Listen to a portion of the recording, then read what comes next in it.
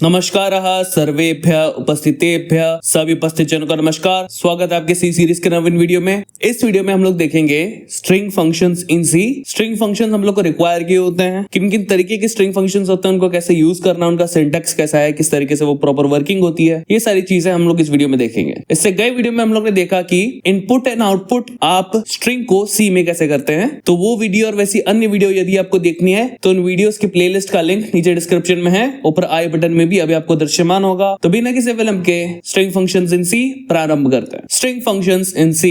सी हम लोग को काफी सारे बिल्ट इन फंक्शंस प्रोवाइड करता है स्ट्रिंग्स के साथ काम करने के लिए।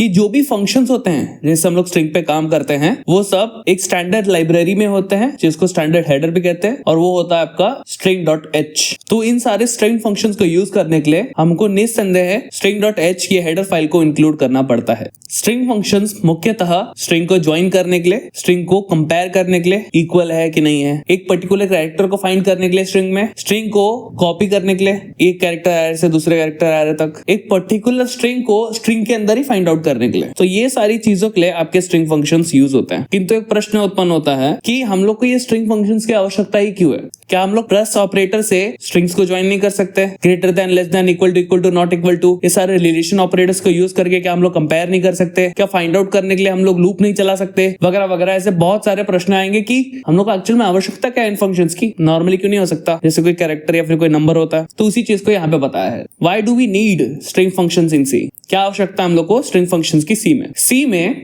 जो है आपका इंटीजर, फ्लोट, डबल, कैरेक्टर, ये सारे जो है ये बिल्ट इन डेटा टाइप है। तो ये सारे जो डेटा टाइप है इन सब पे जो भी relational operator, arithmetic operator, plus minus, greater than equal to, less than equal to, जितने भी सारे ऑपरेटर्स हैं सब बराबर से काम करेंगे क्योंकि बिल्ट इन डेटा टाइप्स है। लेकिन आपका जो स्ट्रिंग है वो कोई बिल्ट इन डेटा टाइप नहीं है, वो एक एरे है, array of characters. String is array of characters जो कि मेमोरी में स्टोर होता है, और एक स्पेशल कैरेक्टर जो कि नल कैरेक्टर होता है उससे एंड होता है।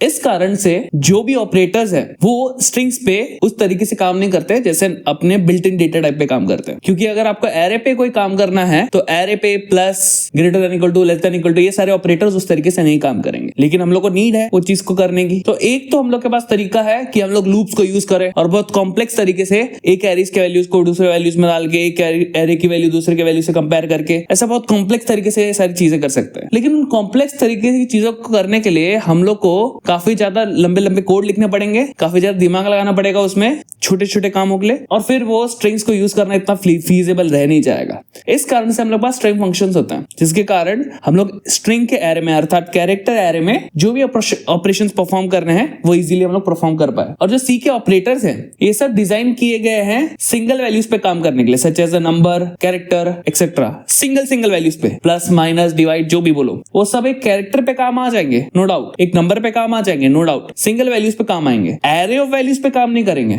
और हम लोग का स्ट्रिंग क्या है? Array of characters. तो ये हुई बात। उन ऑपरेटर्स को ये नहीं पता है कि पूरे के पूरे एरेज पे कैसे काम करना चाहिए क्योंकि वो built in single value data type के लिए बने। तो यदि आप ऐसा कुछ लिखेंगे, लेट्स से आपको इफ कंडीशन में कुछ कंपेयर करना है, जैसे आप नंबर को कंपेयर करते हो, कैरेक्टर को कंपेयर करते हो, आपको इस तरीके से दो स्ट्रिंग को कंपेयर करना है, स्ट्रिंग 1 और स्ट्रिंग 2 को। तो यदि आप ऐसे इक्वल टू इक्वल ऑपरेटर को करके इसको कंपेयर करोगे तो ये काम नहीं करेगा। क्यों पता है? क्योंकि स्ट्रिंग जब आप str1 लिखोगे और लेट्स से इसके पीछे एक आपका दो स्ट्रिंग्स डिक्लेयर्ड हुई है,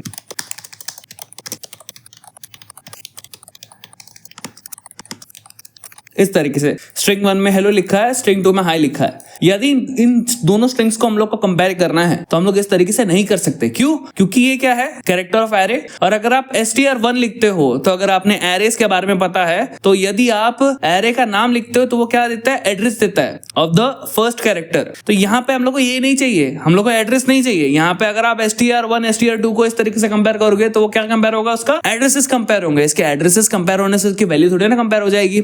इस कारण से यहाँ पे हम लोग क्या कर सकते हैं? एक कैरेक्टर को कंपेयर कर सकते हैं। अब यदि आप एक ही कैरेक्टर को कंपेयर करोगे तो H और H, चलो ये तो है सही, लेकिन इसके कारण ये सिद्ध नहीं होता कि पूरा का पूरा स्ट्रिंग सेम है, इक्वल है। इस कारण से हम लोग को हर एक कैरेक्टर को चेक करना पड़ेगा और उसके लिए फिर हम लोग को लूप लगा के चेक करना पड़ेगा। कितना कॉम्प्लेक्स हो जाएगा। लेकिन हम लोग इसी कारण से ये चीज ना करते हुए हम लोग क्या करते हैं? इतना दिमाग नहीं लगाते और ये रॉन्ग मेथड हो जाता है। इससे आपका एड्रेसेस कंपेयर होते हैं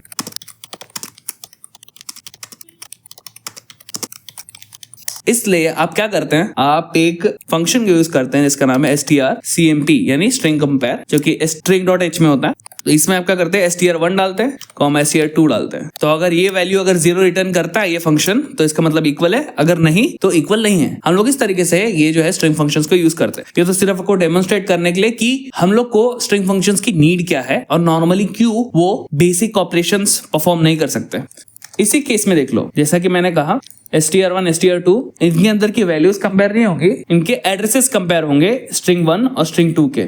तो इस कारण से ये हम लोग को ये नहीं बता पाएंगे कि इनके अंदर की वैल्यू सेम है कि नहीं। इस कारण से ये सारे जो ऑपरेटर है ना सिमिलरली, ये भी इन पे काम नहीं कर पाते फॉर द सिमिलर रीजन कि वो लोग एड्रेस देते हैं। इस कारण से हम लोग को बहुत लिमिटेशंस आ जाती है सी में। इसके लिए हम लोग को स्पेशल स्ट्रिंग फंक्शंस दिए हैं जो कि string.h में होते हैं। तो ये सारे वो फंक्शंस है जिससे हम वो सारे काम एक ही लाइन के अंदर कर सकते हैं। सो ये सारे कुछ स्पेशल फंक्शंस है जो स्ट्रिंग में काम करने के लिए यूज करते हैं। ये फंक्शन समझते हैं कि जो स्ट्रिंग है वो सेट ऑफ कैरेक्टर्स है, यानी ऑफ कैरेक्टर्स है, और ये नल कैरेक्टर से एंड होते हैं, और इस हिसाब से वो उसी तरीके से प्रोसेसिंग करते हैं, ना कि उनके एड्रेस पे काम करें। और इसी कारण से हम लोग को स्ट्रिंग फंक्शंस नीडेड है। यहाँ पे कुछ चीजें बता दी, चीजें काफी डिफिकल्ट और एरर प्रोन होंगी ये भी कहा गया है। तो इस कारण से हम लोग को समझा कि हम लोग को जो है क्यों स्ट्रिंग फंक्शंस की आवश्यकता होती है। इसको हम लोग एक बार यहाँ पे देख लेते हैं कि बात तो कर ली मैंने, इसको प्रैक्टिकली करके बता दो कि एक्चुअल में स्ट्रिंग्स क्यों नहीं कंपेयर हो सकते, क्यों नहीं कॉन्कैटिनेट हो सकते वगैरह वगैरह। अभी string.h इंक्लूड नहीं करेंगे, विदाउट इट देखते हैं। अब हम लोग बना देते हैं दो स्ट्रिंग को, अर्थात दो कैरेक्टर एरे को।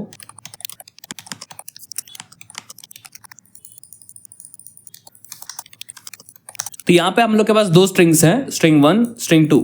string1 में अर्पित लिखा है, string2 में कटियार लिखा है। तो अब हम लोग को क्या करना है, अब लेट्स से हम लोग को कंपेयर करना है कि ये string1 string2 के अंदर के जो कंटेंट है क्या वो सेम है नहीं है। तो हम लोग इफ कंडीशन लगाते हैं, राइट। इफ कंडीशन लगाते हैं, उसमें हम लोग करते हैं usually string1 is equal to string2। अब यहाँ पे अगर लेट्स से हम लोग ये कंपेयर करके देखते क्या होता है, दे आर सेम, क्योंकि अगर इक्वल हुआ तो राइट, और इनफैक्ट इन दोनों के कंटेंट एक्चुअल में सेम कर देते हैं। ऑलराइट, तो अब एल्स भी डाल देते हैं, एल्स नहीं डालेंगे, ये रहने दो, क्या प्रॉब्लम नहीं। ऑलराइट, सो अब यहाँ पे आप देख सकते हो कि string1 string2 इन दोनों की कंटेंट सेम है। उस अगर लॉजिक से देखा जाए तो हम लोग का ये दोनों सेम होना चाहिए, इक्वल टू में ये ट्रू होना चाहिए, और ये इफ कंडीशन के अंदर जाके ये प्रिंट करना चाहिए, राइट। इसको रन करके देखते हैं क्या होता है। स्ट्रिंग कंपेयर का फंक्शन देख रहे हैं हम लोग, इसको रन किया और यहाँ पे कुछ भी नहीं आया। कुछ भी नहीं आने का मतलब क्या है, ये जो हम लोग का इफ कंडीशन है गलत हुआ, लेकिन ऐसा होना नहीं चाहिए था क्योंकि हम लोग का ये वैल्यूज तो यहाँ पे सेम है। तो एक और हम लोग कंडीशन लिख देते हैं, फॉर नॉट इक्वल टू, और इसमें दे आर नॉट सेम, इस तरीके से लिखते हैं। तो अब ये दोनों है तो इक्वल, तो इसका लॉजिकली ये कंडीशन ट्रू हो गई, ये प्रिंट होना चाहिए, ये प्रिंट नहीं होना चाहिए। लेकिन उसको रन करते देखते क्या होता है, दे आर दिखा रहा है they are not same, but actual में तो सेम है। तो इस कारण से हम लोग इसको कंपेयर नहीं कर सकते। अब ऐसा क्यों है, इसको भी यहाँ पे देखते हैं। यहाँ पे अगर आप string1 को प्रिंट करने जाओगे, ठीक है, तो यहाँ पे आपको एक चीज को याद रखना है, ये जो इक्वल टू ऑपरेटर है, इक्वल टू क्या है, रिलेशनल ऑपरेटर, या फिर ग्रेटर देन होता है, लेस देन होता है, इक्वल टू होता है, नॉट इक्वल टू होता है। ये सब क्या होता है, relational operator. Relational operator works on integer. इसके लिए ये जो रिलेशनल ऑपरेटर है, equal to not equal to, ये सब किस पे काम करेंगे, इंटीजर पे। तो इस कारण से वो इन सारी चीजों पे काम करेगा हम लोग का रिलेशनल ऑपरेटर्स, लेकिन वो स्ट्रिंग्स पे काम नहीं करेगा, because strings return their addresses not their values. इसको प्रूव करने के लिए यहाँ पे हम लोग क्या करते हैं, देखो यहाँ पे मैं प्रिंट करता हूँ दोनों की वैल्यूज को।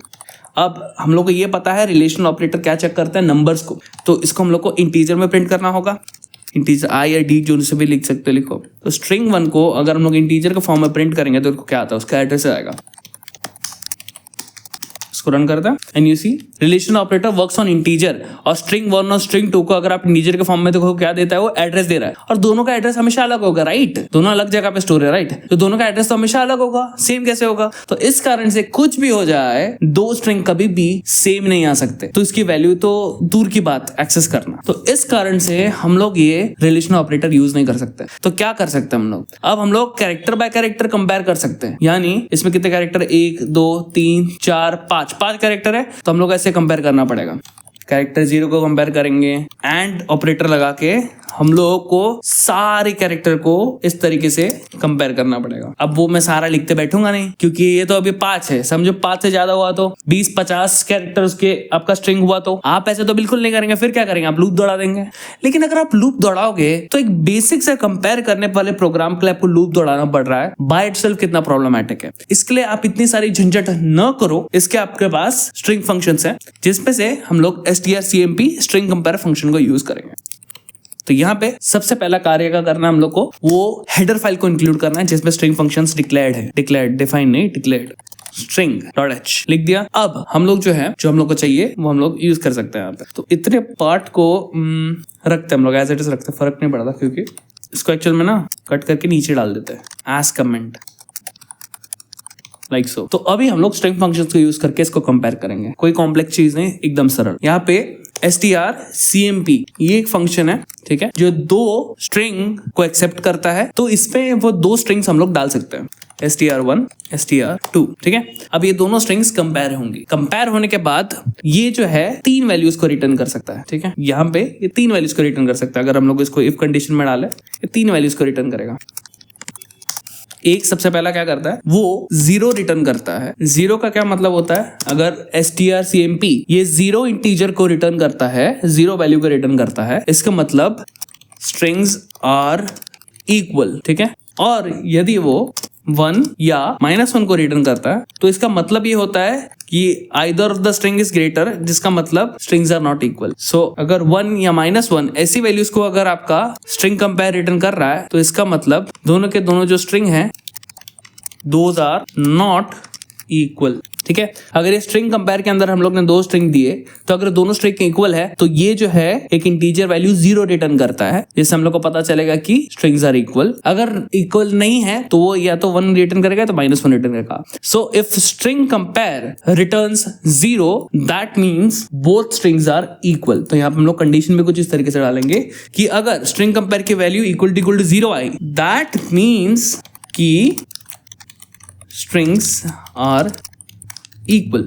एल्स कंडीशन भी डाल देते हैं, बिकॉज अगर 0 नहीं होगा तो 1 या -1 होगा। In either case strings are not equal.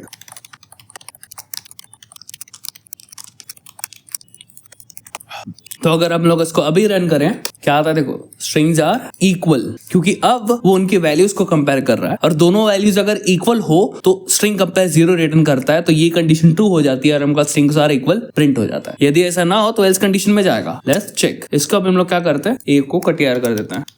अब इसको रन करते हैं। So both are not equal, strings are not equal आ रहा है बराबर से, मतलब ये जो है हम लोग का सही से काम कर रहा है। ओके, अभी यहाँ पे मैं क्या करता हूँ, छोटे ए वाला अर्पित लिखता हूँ, ठीक है, और इसको रन करता हूँ। तो अभी भी आप देखोगे स्ट्रिंग्स आर नॉट इक्वल, क्योंकि हम लोग देखेंगे तो बोलेंगे दोनों अर्पित है, क्या फर्क है, लेकिन उसके लिए फर्क है। कैपिटल ए अलग कैरेक्टर है, स्मॉल ए अलग कैरेक्टर है। It is case sensitive, RC language is case sensitive. इस कारण से यहाँ पे ये जो चेकिंग भी होती है वो केस सेंसिटिव होती है। इस कारण से आपका भले अल्फाबेट्स सेम हो, लेकिन अपर केस लोअर केस में भी अंतर होता है। इस बात को ध्यान रखें, ठीक है। अब इसको मैं 1 2 3 कर दूं और इसको मैं 1 2 3 कर दूं तो क्या होगा, तो ऑब्वियसली सेम होगा। लेकिन मैं 1 2 3 स्पेस कर दूं तब वो सेम नहीं होगा। समझ रहे हो? गुड। तो ये था आपका स्ट्रिंग कंपेयर। ये आपके बहुत सारे फंक्शंस में का पहला फंक्शन यहाँ पे है, स्ट्रिंग कंपेयर।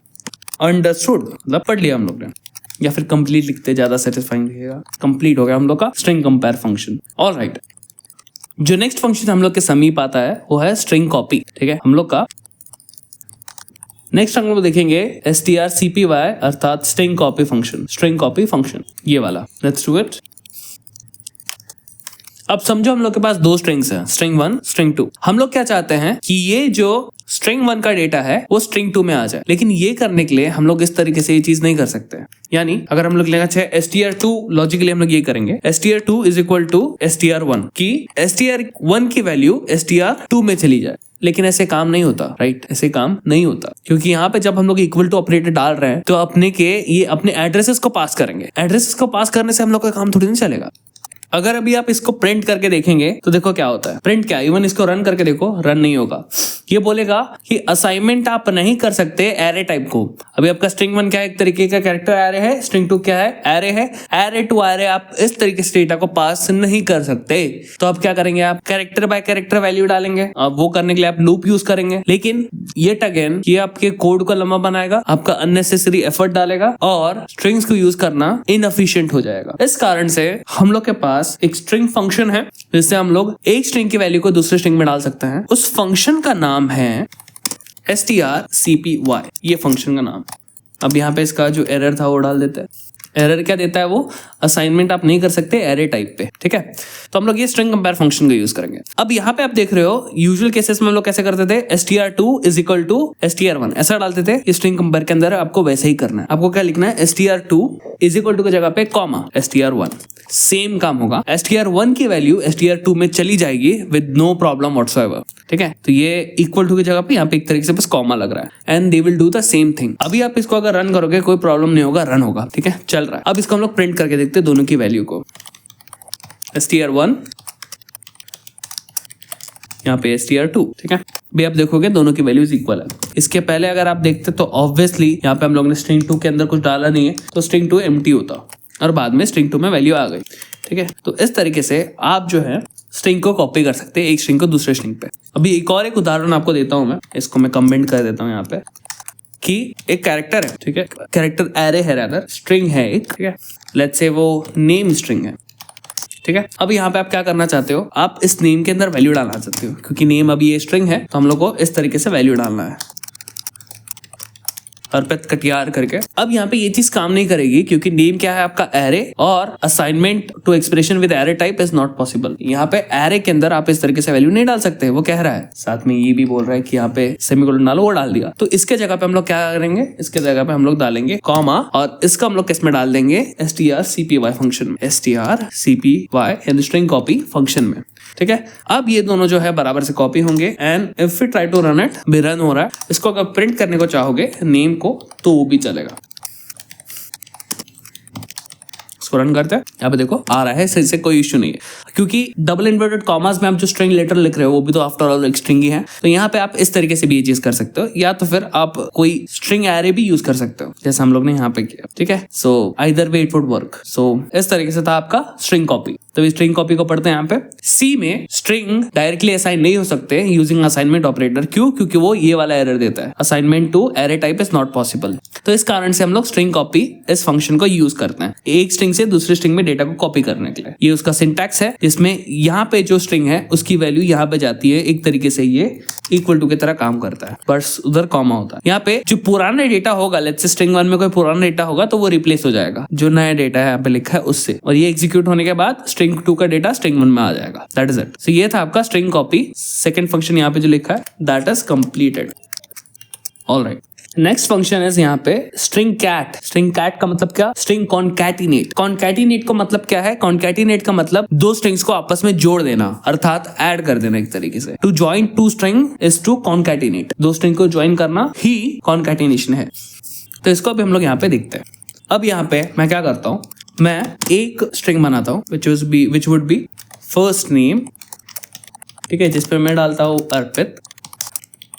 देन मैं डालता हूँ सेकंड नेम जो कि होगा कटियार। एक्चुअल में सेकंड नेम नहीं होता, लास्ट नेम होता है वो सेकंड नेम से। यहाँ पे एक फर्स्ट नेम है और एक लास्ट नेम है। यहाँ पे मैं क्या चाहता हूँ कि फर्स्ट नेम और लास्ट नेम को मैं आपस में जोड़ के ज्वाइन करके अर्थात कॉन्कैटिनेट करके एक स्ट्रिंग बना दूं अर्पित कटियार करके। यहाँ पे मैं एक और जो है स्ट्रिंग बनाता हूँ जो कि होगा मेरा फुल नेम। इसका भी हम लोग रखेंगे 100 कैरेक्टर रख देते हैं, और यहाँ पे इसके अंदर कुछ नहीं डालेंगे क्योंकि इसके अंदर इन दोनों का कॉम्बिनेशन होगा, ज्वाइनिंग होगी, कॉन्कैटिनेशन होगा। सो यहाँ पे अगर हम लोग अपने वही नॉर्मल लॉजिक से जाएं, कैरेक्टर इंटीजर वाले लॉजिक से, यहाँ पे हम लोग क्या करेंगे, name is equal to first name plus last name. आप इस तरीके से करेंगे, ठीक है। अब अगर आप इसको भी रन करोगे तो वो प्रॉब्लम देगा। यहाँ पे देखो क्या बोल रहा है, इनवैलिड ऑपरेटर, ये काम नहीं कर सकते हम सर, आप ऐसा हमसे कैसे करा रहे हैं, ऐसा वो बोलेगा। इस कारण से ये चीज काम नहीं कर सकती। अब एक सच्ची सच्ची बात बताऊं तो अगर पाइथन होता ना तो ये सारी चीजें में आपको ये फंक्शंस यूज करने की जरूरत नहीं पड़ती। वो नॉर्मली जैसा बाकी सब ऑपरेटर्स के लिए काम होता, बाकी सब डेटा टाइप के लिए काम होता है, वैसे ही स्ट्रिंग के लिए काम होता। लेकिन आपका सी लैंग्वेज में स्ट्रिंग थोड़े धाकड़ तरीके से खतरनाक है, इसके लिए आपको ये सारे फंक्शंस और इस तरह कॉम्प्लिकेशन लगते हैं। और इसी के लिए वो लास्ट वीडियो का मीम जो है वो यहाँ पे बहुत वैलिड बैठता है कि भाई आपका जो स्ट्रिंग है वो पाइथन में बहुत बढ़िया है और सी प्लस प्लस में नॉट सो बढ़िया है, ठीक है। लेकिन अगर आप सी प्लस प्लस अगर पहली बार सीख रहे हैं तो आपको शायद उतना कठिनाई लगे ना, और पाइथन आपको बहुत अच्छा लगे, बहुत ईजी लगे। लेकिन वैसा वर्षा अगर आप सीखने जाओगे, पहले पाइथन सीख लोगे जो कि इतना ईजी है, फिर आके सी प्लस सीखोगे तो आपको लगेगा यार ये क्यों सीख रहा हूं मैं। सबके अपने अपने एडवांटेज है, राइट। बट एनीवेज हम लोग यहाँ पे अभी हम लोग अपना स्ट्रिंग कॉनकैटिनेट फंक्शन को यूज करेंगे। यहाँ पे क्या करते, सिंप्लिसिटी के लिए इस चीज को हटा देते हैं और यहाँ पे हम लोग का कंडीशन क्या रखते हैं कि, और यहाँ पे आप लोग कैसा चाहते हैं कि हम लोग के फर्स्ट नेम के अंदर ही ये चला जाए कुछ इस तरीके से। सो फर्स्ट नेम में अर्पित कटियार दोनों ऐड हो, ठीक है, ऐसा हम लोग चाहते हैं। तो ऐसे कंडीशन में आप ये कह सकते हैं कि हम लोग को फर्स्ट नेम के अंदर अर्पित कटियार दोनों चाहिए, अर्थात हम लोग को लास्ट नेम को फर्स्ट नेम में ज्वाइन करना है, ठीक है। We want to join last name into या ऑन टू पता नहीं फर्स्ट नेम, यानी फर्स्ट नेम में अर्पित कटियार दोनों हो। इसके लिए we want to add last name to first name and reassign it to first name. ये लेकिन यहाँ पे ये चीज काम नहीं करेगी, ये हम लोग के इंटीजर वगैरह काम करती है, लेकिन ऐसे नहीं काम करेगी। इस कारण से हम लोग को फंक्शन यूज करना है और फंक्शन है strcat, बोले तो स्ट्रिंग कैट माने स्ट्रिंग कॉनकैटिनेट। दो स्ट्रिंग्स को जोड़ना यानी कॉनकैटिनेट करना। तो यहाँ पे हम लोग को कौन से दो स्ट्रिंग को ज्वाइन करना है, हम लोग को फर्स्ट नेम के अंदर लास्ट नेम को ज्वाइन करना है। तो यहाँ पे हम लोग कैसे लिखेंगे, फर्स्ट नेम के अंदर हम लोग को ज्वाइन करना है क्या, कॉमा डाल के लास्ट नेम। तब यहाँ पे आपका फर्स्ट नेम के अंदर जो है अभी सिर्फ अर्पित नहीं होगा, अर्पित कटियार दोनों होगा। To verify this will print this. So first name को प्रिंट करता है, इसको रन करते हैं। यहाँ पे फर्स्ट नेम में देखो अर्पित कटियार दोनों आ रहा है। अब इसके बीच में एक स्पेस चाहिए था, तो ये स्पेस कैसे डालें, ऐसे डाल सकते हैं हम लोग, स्पेस डाल दो, अर्पित के आगे स्पेस डाल दो, कटियार में ऑलरेडी स्पेस आ जाएगा। सो नाउ फर्स्ट नेम के अंदर लास्ट नेम ज्वाइन हो गया, कॉनकैटिनेट हो गया using strcat concat function, string cat function, कुछ इस तरीके से, ठीक है। लास्ट नेम में कोई चेंजेस नहीं आएगा, मेक श्योर कि ये चीज आप ध्यान में रखो कि जो दूसरा स्ट्रिंग लिख रहे हो उस पर कोई चेंजेस नहीं आएगा, वो एज इट इज रहेगा। ऑब्वियसली हम लोग को ऐसा थोड़ी ना कि लास्ट स्ट्रिंग को फर्स्ट स्ट्रिंग में ज्वाइन किया तो लास्ट स्ट्रिंग भी फर्स्ट स्ट्रिंग के जुड़ जाए, ऐसा नहीं। Last name will remain as it is, सही है। Now if we read this, क्या आता है देखो, तो यहाँ पे देखो क्या लिखा है स्ट्रिंग कैट फंक्शन के अंदर, strcat स्ट्रिंग कॉनकैटिनेशन जो फंक्शन है ये दो स्ट्रिंग को ज्वाइन करने के लिए यूज होता है। इसमें होता क्या है कि एक स्ट्रिंग जो है दूसरे स्ट्रिंग के एंड में जुड़ जाती है, ठीक है। सिंटैक्स यहाँ पे लिखा गया है। तो यहाँ पे क्या होगा, स्ट्रिंग 2 का जो डेटा है वो स्ट्रिंग 1 के अंदर जाके ज्वाइन हो जाएगा। तो स्ट्रिंग 1 में स्ट्रिंग 1 और स्ट्रिंग 2 का दोनों का डेटा होगा ज्वाइंड, और स्ट्रिंग 2 एज इट इज रहेगा, उसमें कोई प्रॉब्लम नहीं आएगा, माने उसमें कोई चेंजेस नहीं होगा, बट वो उसका डेटा स्ट्रिंग 1 में ज्वाइन हो जाएगा। तो स्ट्रिंग 1 वुड बी चेंज्ड, क्योंकि यहाँ पे लिखा है। इसमें एक और क्राइटेरिया डाला है कि स्ट्रिंग 1 जो है उसमें इतना स्पेस होना चाहिए कि वो स्ट्रिंग 2 का डेटा को होल्ड कर पाए। तो इस कारण से आपका स्ट्रिंग 1 में इतनी एबिलिटी रहनी चाहिए कि वो स्ट्रिंग 2 के डेटा को अपने स्ट्रिंग 1 के डेटा में ऐड कर पाए, ठीक है। तो स्ट्रिंग 2 जो है वो स्ट्रिंग 1 के एंड में ऐड हो जाता है। एग्जीक्यूशन के बाद स्ट्रिंग 1 में दोनों का कंबाइंड स्ट्रिंग होता है। एग्जांपल दिया है जिसका हम लोग आवश्यकता नहीं, हम लोग ने ऑलरेडी देख लिया। नेक्स्ट जो फंक्शन है हम लोग के पास क्या है, स्ट्रिंग chr, यानी एक स्ट्रिंग के अंदर एक कैरेक्टर को सर्च करना। इसको भी हम लोग फटाफट देख लेते हैं, आओ। ओके, तो यहाँ पे अब हम लोग एक स्ट्रिंग बनाते हैं। स्ट्रिंग अभी समझो एक मैसेज है, इसमें लिखा है CDEFGHIJL। अब हम लोग ने यहाँ पे कुछ मैसेज के अंदर अल्फाबेट्स लिखे हैं। अब हम लोग को क्या चेक करना है कि इस मैसेज के अंदर क्या Y करके कोई अल्फाबेट है क्या, या Z करके कोई अल्फाबेट है क्या, ये हम लोग को चेक करना है। तो ऐसे कंडीशन में हम लोग स्ट्रिंग chr यूज करेंगे, जिसमें हम लोग एक स्ट्रिंग के अंदर एक कैरेक्टर को सर्च करना है। यहाँ पे देखिए strchr is searching a character inside a string, strchr string character। तो अब हम लोग को क्या करना है, हम लोग यहाँ पे लिखेंगे strchr, और इस फंक्शन के अंदर हम लोग का सबसे पहला जो पैरामीटर होगा वो स्ट्रिंग जिसमें हम लोग को सर्चिंग करनी है, दूसरा होगा वो कैरेक्टर जिसको हम लोग को सर्च करना है। तो सिंगल इनवर्टेड कॉमास में हम लोग कैरेक्टर लिख सकते हैं। लेट्स से मेरे को y इस कैरेक्टर को सर्च करना है, तो क्या y एक कैरेक्टर है इस स्ट्रिंग में, आंसर है नहीं। तो यहाँ पे आपका स्ट्रिंग स्ट्रिंग chr क्या करता है कि अगर कैरेक्टर है स्ट्रिंग में तो वो रिटर्न करता है उस कैरेक्टर के एड्रेस को। यदि स्ट्रिंग के अंदर वो कैरेक्टर नहीं होता है तो फिर वो रिटर्न करता है नल को। तो अभी y इस मैसेज स्ट्रिंग के अंदर नहीं है, इस कारण से ये जो strchr है ये रिटर्न करेगा नल। और जो भी एड्रेस होगा इसको हम लोग एक कैरेक्टर में स्टोर कर देते हैं, रैडर एक इंटीजर में एक्चुअली, कैर लोकेशन। और इसको अभी हम लोग प्रिंट करने अगर जाएंगे तो हम लोग को पता चल जाएगा कि वो कैरेक्टर उस स्ट्रिंग में एग्जिस्ट करता है कि नहीं करता। तो कैर लोकेशन को प्रिंट करता है, एड्रेस को प्रिंट करेगा इसलिए %d चलता है, इसको रन करता है strchr.c। अब यहाँ पे कैर लोकेशन आता है 0, जो कि एक्चुअल में ये लोग कहना चाहते हैं कि नल है। तो rather than writing printing it, एक काम करते हैं, यहाँ पे पहले एग्जिस्ट करा के देखते हैं। एग्जिस्ट करा है तो उसका लोकेशन यहाँ पे आ रहा है, लोकेशन माने उसका एड्रेस। और जब ये एग्जिस्ट नहीं कर रहा था तो यहाँ पे कोई एड्रेस नहीं था, इसके लिए वो क्या दे रहा था 0। तो rather than doing this, हम लोगों को क्या करना चाहिए, इसको if कंडीशन में डालना चाहिए। if character location is equal to null, कि अगर उसके अंदर नल निकला तो इसके मतलब उसके अंदर वो कैरेक्टर नहीं है उस स्ट्रिंग में। तो ऐसे में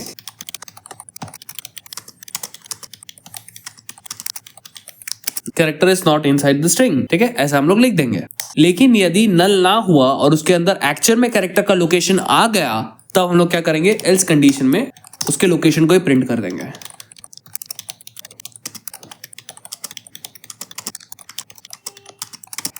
The character's location inside the string is this।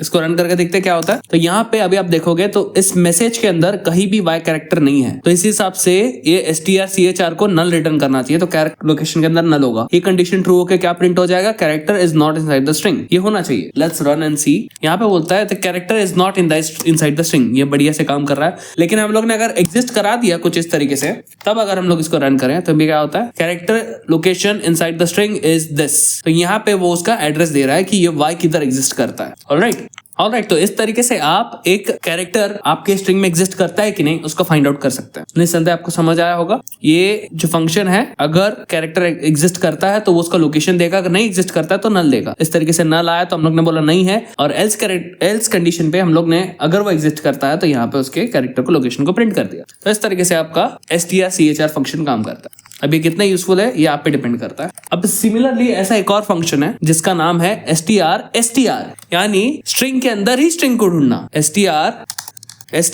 Is searching string inside a string. अगर वो स्ट्रिंग इनसाइड अ स्ट्रिंग है तो वो address of that particular string को रिटर्न करता है। अगर वो स्ट्रिंग उस स्ट्रिंग के अंदर नहीं है तो वो नल रिटर्न करता है। इसका मतलब क्या हुआ, इसका मतलब जैसे मैं अभी कोई एक मैसेज लिखता हूं,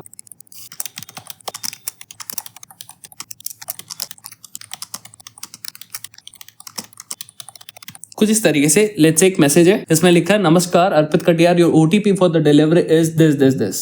सो हम लोग को क्या चाहिए, हम लोग को यहाँ पे इस मैसेज के अंदर सर्च करना है ये ओटीपी नाम का कोई शब्द आता है क्या। अब शब्द का मतलब क्या है, स्ट्रिंग। तो ओटीपी करके कोई स्ट्रिंग अवेलेबल है क्या इस मैसेज के अंदर, ये हम लोग को सर्च करना है। So we need to search a string inside a string and the string that now we need to search is OTP. So यहाँ पे हम लोग क्या करेंगे, डबल इनवर्टेड कॉमास में डाल के ओटीपी लिख देंगे, ठीक है। तो ये ओटीपी स्ट्रिंग इस मैसेज स्ट्रिंग के अंदर सर्च होगा, और अगर उसका लोकेशन अवेलेबल है तो वो उसका लोकेशन को रिटर्न करेगा, नहीं होगा तो नल रिटर्न करेगा। नाउ सिमिलरली यहाँ पे हम लोग लिख सकते हैं, अगर ये ओटीपी स्ट्रिंग इस मैसेज स्ट्रिंग के अंदर अवेलेबल होगा तो ये str अपने को उस ओटीपी स्ट्रिंग का इस मैसेज में जो लोकेशन है उसको रिटर्न करेगा। यदि नहीं तो वो नल रिटर्न करेगा। अगर ओटीपी ये स्ट्रिंग मैसेज में नहीं होगा तो वो नल रिटर्न करेगा। इस कारण से if str location equal to null होगा तो हम लोग ये प्रिंट करेंगे कि OTP is not inside the message. लेकिन ऐसा नहीं होता है, यानी str लोकेशन के अंदर एक्चुअल में कोई लोकेशन है, इसका माने ओटीपी एग्जिस्ट करता है, तब हम लोग बोलेंगे OTP location inside the string is this, जो भी है यहाँ पे वैल्यू। सो लेट्स इसको रन करके देखते हैं। फिर यहाँ पे आप देख सकते हो OTP location inside string is 64, जो भी है ये माने एग्जिस्ट करता है। ओटीपी के जगह पे मैं अगर ओटीटी कर दूं तो तब ऑब्वियसली नहीं होगा, और यहाँ पे प्रिंट होता है OTP is not inside the message. और यहाँ पे ये क्या बोल रहा है कि यहाँ पे अगर str नल रिटर्न करता है तो वैसे केस में अगर आप नल को इंटीजर में कन्वर्ट करोगे तो इसकी वैल्यू 0 हो जाती है। तो यहाँ पे वी शुड राइट 0 रादर। तो यहाँ पे आप इस तरीके से भी लिख सकते हो, कोई प्रॉब्लम नहीं आएगा। अगर इसको रन करेंगे तो देखो वो एक वार्निंग हट गया, और बाकी ये एक वार्निंग से हम लोग को कोई प्रॉब्लम नहीं होगा। So let it be. So इस हिसाब से आप एक स्ट्रिंग के अंदर स्ट्रिंग है कि नहीं उसको फाइंड आउट कर सकते हैं। Let's make it back to OTP और बस हो गया। सो यहाँ पे स्ट्रिंग इनसाइड स्ट्रिंग इस तरीके से काम करेगा। String inside character, I mean character inside string, कुछ इस तरीके से काम करेगा। तो यहाँ पे हम लोग का स्ट्रिंग कैट भी खत्म होता है और strchr ये भी खत्म होता है। इसी के साथ हम लोग का str भी खत्म होता है, जो कि यहाँ पे मेंशन नहीं है। अब हम लोग के पास नेक्स्ट है वो इंटरेस्टिंग चीज है जो कि है strlen, जो कि है स्ट्रिंग लेंथ। अब ये कैसे होता है, यहाँ पे देखिए इसमें क्या बोला जाएगा। अब यहाँ पे मैं एक स्ट्रिंग बनाता हूँ, लेट्स से जो कैपेसिटी है, capacity is the right word, इसका कैपेसिटी है यहाँ पे 100 का है और इसके अंदर मैं डालता हूँ ARPIT। अब इसका कैपेसिटी क्या है, वो है 100 बाइट्स का या फिर 100 कैरेक्टर्स का, आप ऐसा भी कह सकते हो। तो ये चीज तो हम लोग कैसे फाइंड आउट कर सकते हैं, capacity of str is %d/n, इस तरीके से लिखते हैं। यहाँ पे आएगा str, हम लोग लिखेंगे इसको कैसे फाइंड आउट करेंगे, साइज ऑफ ऑपरेटर से, साइज ऑफ ऑपरेटर फंक्शन नहीं। तो यहाँ पे str लिख देंगे तो यहाँ पे उसका जो साइज है वो बाइट्स में आ जाएगा और वो इसकी कैपेसिटी रहती है, क्योंकि 1 बाइट इज 1 कैरेक्टर। सो कितने कैरेक्टर स्टोर कर सकते हो उसकी कैपेसिटी यहाँ पे आएगी। हाँ, सो यहाँ पे हम लोग का कैपेसिटी आ गया। लेकिन कैपेसिटी तो ठीक है, लेकिन हम लोग के अंदर अभी कितना, इस स्ट्रिंग के अंदर कितना कैरेक्टर्स है वो कैसे फाइंड आउट करेंगे। स्ट्रिंग के अंदर आप देखो कितना, यहाँ पे 5 कैरेक्टर्स है। तो अगर ये हम लोग को फाइंड आउट करना है तो ये कैसे करेंगे। तो यहाँ पे ये जो 100 है ये इसकी कैपेसिटी है स्ट्रिंग की, और इसके अंदर जो लेंथ है, जितने कैरेक्टर्स का लेंथ है जो अभी उसके अंदर स्टोर है, वो उसका लेंथ बोलेंगे हम लोग। तो यहाँ पे अगर हम लोग को लेंथ चाहिए तो हम लोग क्या कर सकते हैं, we don't want capacity, we want the length of str, माने इसके कंटेंट का क्या लेंथ है, length of its content you can say. ये ऑपरेटर जो है साइज ऑफ का, ये यहाँ पे हम लोग नहीं यूज कर सकते। तो इसके जगह पे हम लोग क्या यूज करेंगे, इसके जगह पे यूज करेंगे हम लोग strlen यानी स्ट्रिंग लेंथ। ये भी आपका string.h में है, हेडर फाइल में अवेलेबल है। अब इसके अंदर आप स्ट्रिंग डालेंगे तो ये क्या करेगा, जितना भी उसके अंदर कंटेंट ऑफ कैरेक्टर्स डाला गया है उतने को वहां पे प्रिंट कर देगा। तो यहाँ पे इसको अगर रन करेंगे तो यहाँ पे देखो क्या आता है, the length of str content is 5, जो कि हम लोग को मिल गया। तो यहाँ पे strlen ये भी एक फंक्शन है। इसके अतिरिक्त और कौन से फंक्शन है अपने पास, इसके अतिरिक्त अपने पास बहुत सारे फंक्शन है एक्चुअल में। आप देखने जाओगे लिस्ट में बहुत सारा है। एक जो कि मेरे को बहुत अच्छे से याद आता है वो है एक रिवर्स वाला, स्ट्रिंग रिवर्स, जिसमें वो स्ट्रिंग को रिवर्स कर देता है। अर्थात अभी हम लोग का क्या है, यहाँ पे str है, अगर मैं इसको प्रिंट करूं तो यहाँ पे वो प्रिंट हो जाएगा ऑब्वियसली। इसको रन करो तो string reverse is what we are trying to do, strrev, तो अर्पित आ जाता है। अब यहाँ पे मैं क्या कर रहा हूँ, ये strrev, ये स्ट्रिंग रिवर्स फंक्शन को, जो कि string.h हेडर फाइल में है, डिक्लेयर्ड, डिफाइंड नहीं। तो यहाँ पे अगर मैं इसके अंदर str डालूं तब क्या करेगा, ये स्ट्रिंग को उल्टा कर देगा। और फिर अब मैं अभी इसको प्रिंट करूँ वो स्ट्रिंग को, सेम स्ट्रिंग को, तो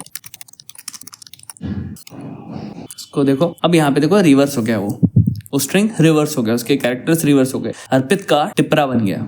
ठीक है, तो इस तरीके से ये चीज। तो यहाँ पे कुछ लिस्ट दिए गए हैं कितने अपने स्ट्रिंग फंक्शंस होते हैं। तो स्ट्रिंग लेंथ, स्ट्रिंग कॉपी, ये सारी चीजें हैं। इसमें देखोगे आप और भी बहुत सारी ऐसी चीजें हैं जो हम लोग ने नहीं देखी, तो बहुत सारी चीजें हैं। हाँ, इसमें से एक नॉन स्टैंडर्ड वाला सेक्शन है, इस पे हम लोग का strrev आता है। इसमें एक अपर केस लोअर केस भी है, यानी आपके अगर स्ट्रिंग को आपको कैपिटल से स्मॉल, स्मॉल से कैपिटल करना है तो वो भी यहाँ पे होता है। ठीक है, तो अब हम लोग वो सारे पे नहीं जाएंगे। यदि आपको इन सबको देखना है तो आप स्वयं सर्च करके इसको पता कर सकते हैं। जो बेसिक्स है इसको यूज करने का वो मैंने बता दिया, और जो कॉम्प्लेक्स जो भी चीजें थी स्ट्रिंग्स फंक्शंस को यूज करने के लिए वो भी मैंने आपको एक्सप्लेन कर दी थी। और उससे इंपॉर्टेंटली मैंने एक्सप्लेन किया कि वो हम लोग को क्यों रिक्वायर्ड है, हम लोग नॉर्मली इसको कैसे नहीं कर सकते, वो वाला पार्ट बताया मैंने आपको। तो यहाँ पे हम लोग का जो भी स्ट्रिंग फंक्शंस थे उसके कंसेप्ट को, उसके रिक्वायरमेंट को, उसके तरीके को हम लोग ने पूर्णतः समझ लिया। तो यहाँ पे हम लोग का ये स्ट्रिंग फंक्शंस वाला पार्ट कंप्लीट होता है। आपको अवश्य समझ आया होगा, मुझे पूर्ण विश्वास है। तो अगर गलती से आपने इस वीडियो को क्लिक कर यदि आप यहाँ तक पहुंच गए तो आपका धन्यवाद। नेक्स्ट वीडियो में पुनः मिलेंगे, तब तक के लिए वंदे मातरम इति चलचित्रम संपूर्णम।